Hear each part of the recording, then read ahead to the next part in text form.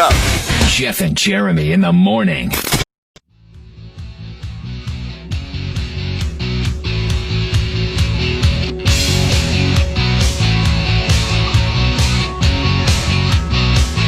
All right. It is 2020. It is the day after the election day. And everything is thrown up against the wall. From his home at Paso Robles, Cameron the intern. Hello.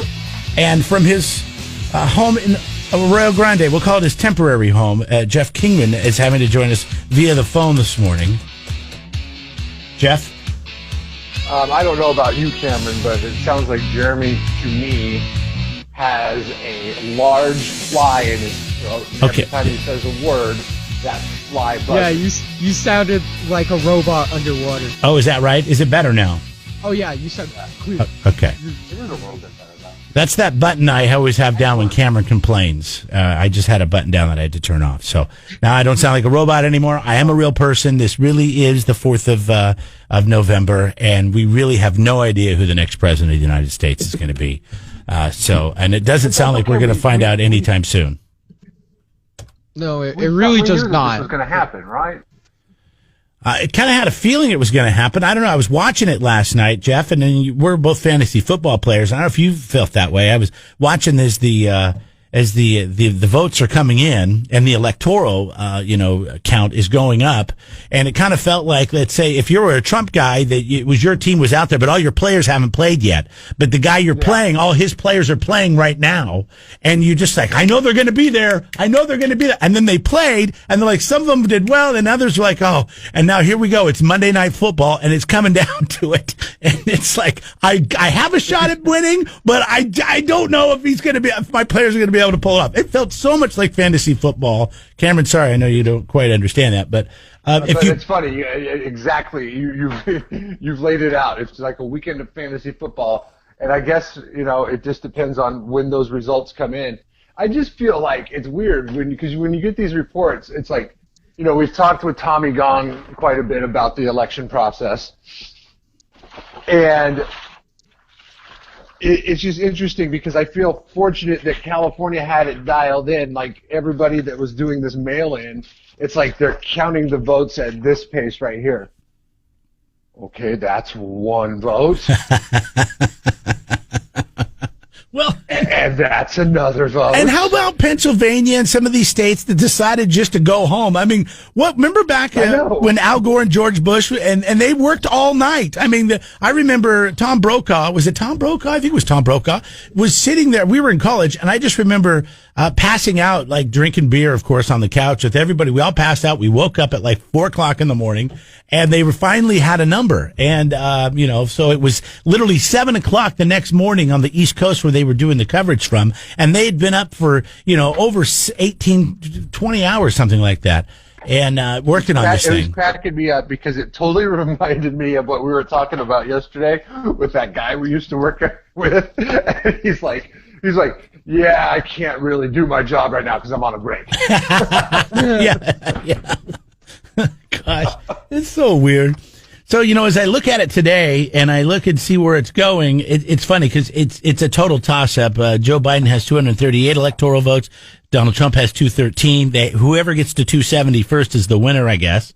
And there's still a handful of states that are out there that they're looking to get the numbers in. And then once those come in, we'll figure it out. And Donald Trump is still in this thing and Joe Biden is still in this thing. And, it's just whose players are going to come through. Yeah, right now it looks like, what Joe Biden and Donald Trump need to win are Wisconsin and Michigan. If you, Fox News has a little handy thing that shows last year. Yeah, no, I got to be honest. I think they're doing a pretty good job with their coverage. I've been watching that, and let me go to the map here again. And Donald Trump needs to win more than just Michigan. And what did you say? Wisconsin. Wisconsin looks like it's going to go to Joe Biden. Michigan looks like it's going to go to Joe Biden. That's 26 electoral votes, and Nevada looks like it's going to go to Joe Biden. What Trump needs to do is... Where are you getting this information? When I went to bed last night, that's not the same information that I got. Well, this is where Fox News is doing a thing where they're like, where's the state leaning right now? So Wisconsin is leading Biden, Michigan is leading Biden, and Nevada is leading Biden, which I don't think Nevada is any super surprise. Where it's leaning Trump, and he's going to have to get all three of these, is he's going to have to get Georgia, North Carolina, and Pennsylvania. And I thought Michigan earlier this morning was leaning Trump, but now it looks like they've just updated it, and now it's leaning blue. So it was leaning red this morning. It was leaning. I thought he was going to win it yesterday. All right, for Trump. You guys are both talking at the same time. I didn't hear what you said, Jeff. Last night, it seemed like when I went to bed that Michigan was not a cinch for Trump, but it looked likely that it was going to go. Yeah, when I looked at this an hour ago, it was leaning red, but now it's leaning blue. So we'll just have to make sure, and we got to do the math here real quick. And well, maybe that's what we have Scott for. Well, Scott is I've got an update from Scott here in just a second, and he's gonna get you up to date on what's going on, especially regionally, locally, some mayoral races. Like where was that at this morning? I need my calculator. Do you have a calculator on you, Cameron? I got a calculator on my computer. Yeah, okay. Add these numbers up then, all right? And then we'll figure this out. 16, 15. I should be able to do this in my head. 16 plus or times? So it's, okay, 20. What? I want you to add these numbers up, is what I said. All right, I can actually do it in my head, all right? So there's 31. That's 51 if he gets all three of those states. And 51 plus... getting dressed in just a minute.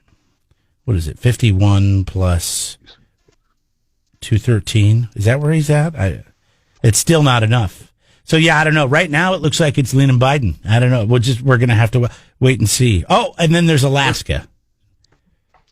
I forgot about Alaska. Last night, Donald Trump claimed victory, which is still total Trump move. I love it. It was funny. It was hilarious. I expected him to do it much earlier in the night, like when he won Florida. I thought for sure that's when he would come out and say, "Okay, I won. Everybody can go home." Right. So if he wins Georgia, North Carolina, Pennsylvania, and Alaska, he's still short 3 votes to 270. I think. Is that not right? I'm sorry. I only have 1, 2. Yeah. So he's still short. So he's got to get Wisconsin. That's got to go back his way. If it doesn't go back his way, or Michigan, then it looks like Joe Biden's going to get it. So it's very close. Just tuning in, we're doing math on the radio. Math on the radio. I know, and we should have more screens here, and then it would be easier to do instead of me going off my Fox News app, going back and forth. But they've done a nice job on their app kind of telling you which way the votes are coming in as they're counting them this morning. Like I said, Michigan earlier was leaning red. Now it's leaning blue, but that could go back the other way. Who knows how long it's going to take. And who knows if anybody's going to contest anything. And if that's the case, they're going to have a runoff. And is that going to be right away, or is that going to be, I think they could do it up to 90 days. So we'll just have to wait and see.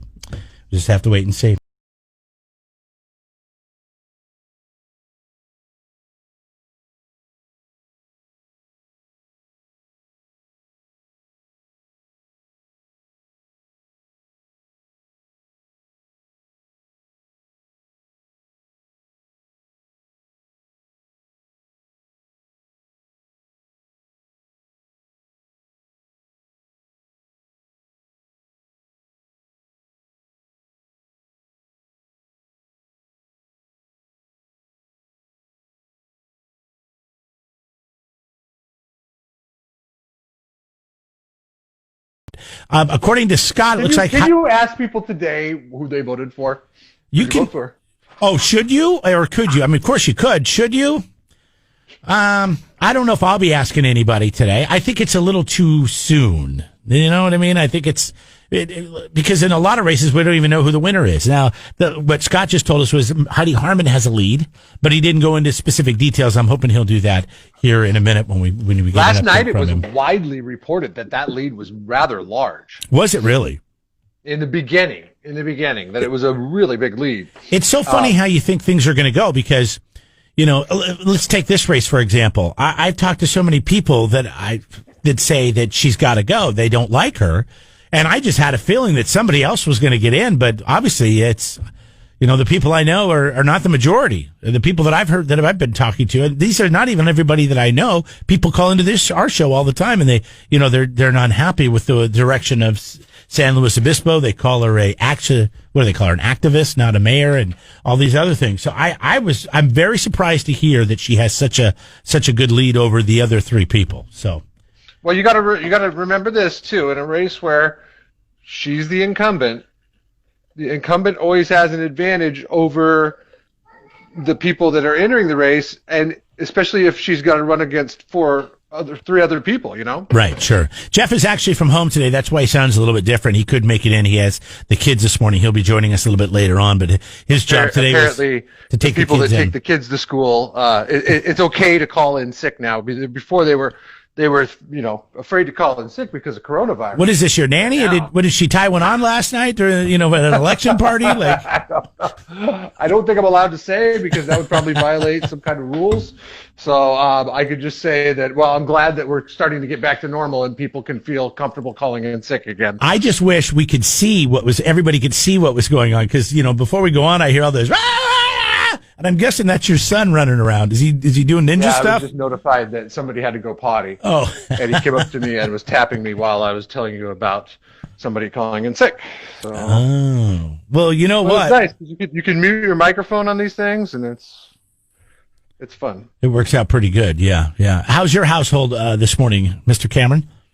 Oh, it's great. I woke up, I took my dog to the bathroom, gave her a treat, pet her on the head. See, dogs are easy. Sat down and immediately got into New York Times and Fox News to see who won. Oh, okay, yeah.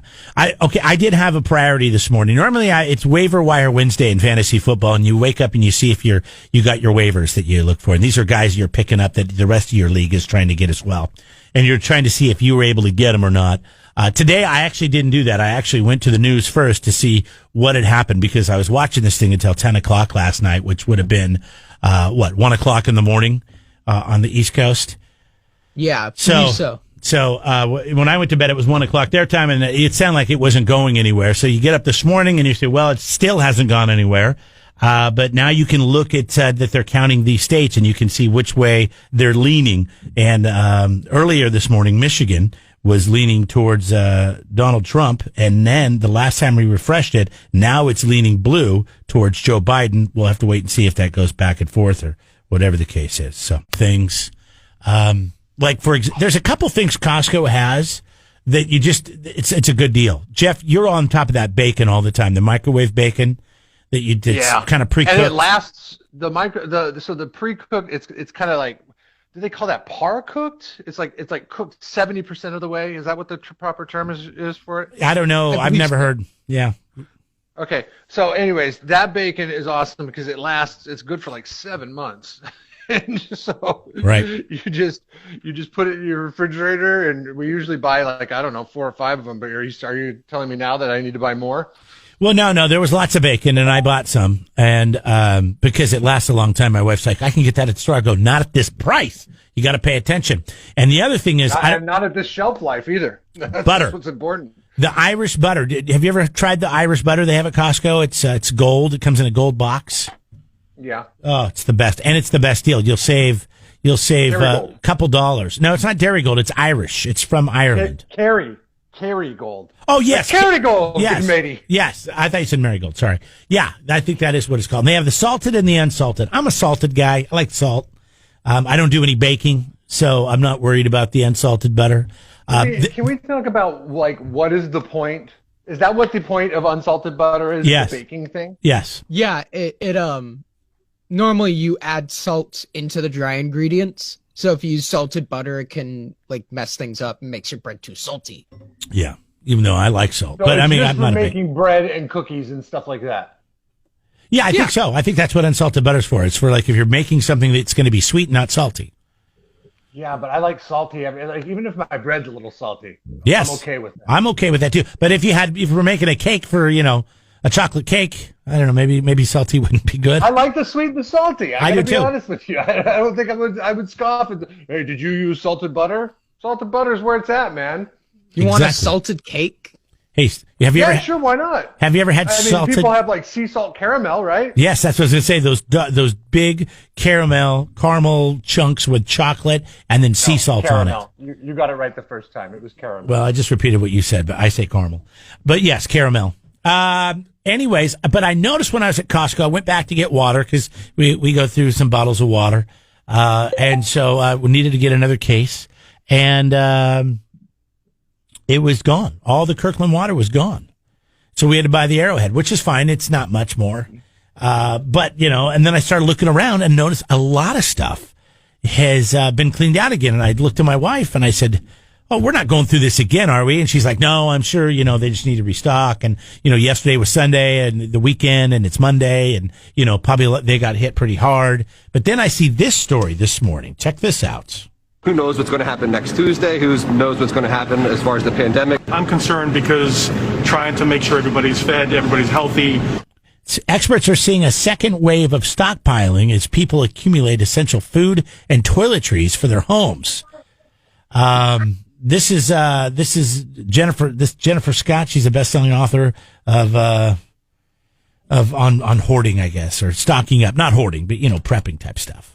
I think it's really important for us to stock up for our family's sake, not hoard, but just be prepared for anything that's to come. Yeah, nobody hears that and doesn't hear hoard, right? I mean, you hear hoard. Don't use the word hoard. Well, what's funny, man, is that workplaces are telling people to stock up. My girlfriend's mom, she works at a nursing home. They told her to get gas the day before to fill your tank. What, before just the to election? Make sure you're safe. Was this for the election or what? Yeah, for the election, yeah. Oh, here's somebody from the news. You might see some empty shelves like we saw last time around, but those shelves will be stocked more quickly because the manufacturers are prepared and they've gotten their supply chains in line. Okay. So they're prepared. So what if they get over prepared and they have all this product and then, there is no rush to buy it? Does that mean they're going to mark it down so we can get a good deal on it? I hope so. Oh, no, never. Unless it goes bad. Yeah, the shelf life on this is 3 days. Good luck. You have to buy 14 of them. So if you go to the store, I guess, and you start seeing things are disappearing. What was it last time? It was toilet paper. I mean, it was a lot of things, right? Milk. It was like baking stuff. It was like yeast, so my wife, eggs. My wife is of the mindset that this could happen again, like everybody else, and she went out and bought like 10 packages of baker's yeast because she wants to be able to bake bread if it happens. But then here's the problem and the rub: she's never baked a loaf of bread in her life, so. Like, why do we need to have 10 loaves of bread just because it's hard to make? How are you supposed to bake bread if you've never made it bore? I mean, I know it can't be hard, right? It's flour, it's yeast, and an egg. I'm worried about the skill set. Let's see. Somebody just wrote in that says they work at Costco. Out of paper towels and toilet paper. Full truck came in yesterday. Sold out same day. Wow. So it's happening again. At least here at our Costco. They ran out of paper towels, toilet paper, and then they got a full truck, and then it's gone again. Well, I hope people are sitting on stockpiles in their garage. I drove by a garage the other day, and I laughed at the person because they had stockpiles. I guess the joke's on me. Yeah. And I got to go try to rob my neighbors now because they're the ones with the paper. Yeah, I only have probably 12 rolls of toilet paper in our closet downstairs. I don't know if that's enough. I only have 12 rolls of toilet paper. I only have enough toilet paper to get me through the end of the year. I think most people have 46 or more rolls. I only have 12. Hey, Jeff, do me a favor, and can you drop the address of your neighbor, please? Just, out of curiosity. What times I think they leave their garage door open? Yeah, when do they go to work, Who's home? Babysitting. This was a Sunday afternoon. I think it was around 2:30. And I can't give you the exact address, but I'll give you a map.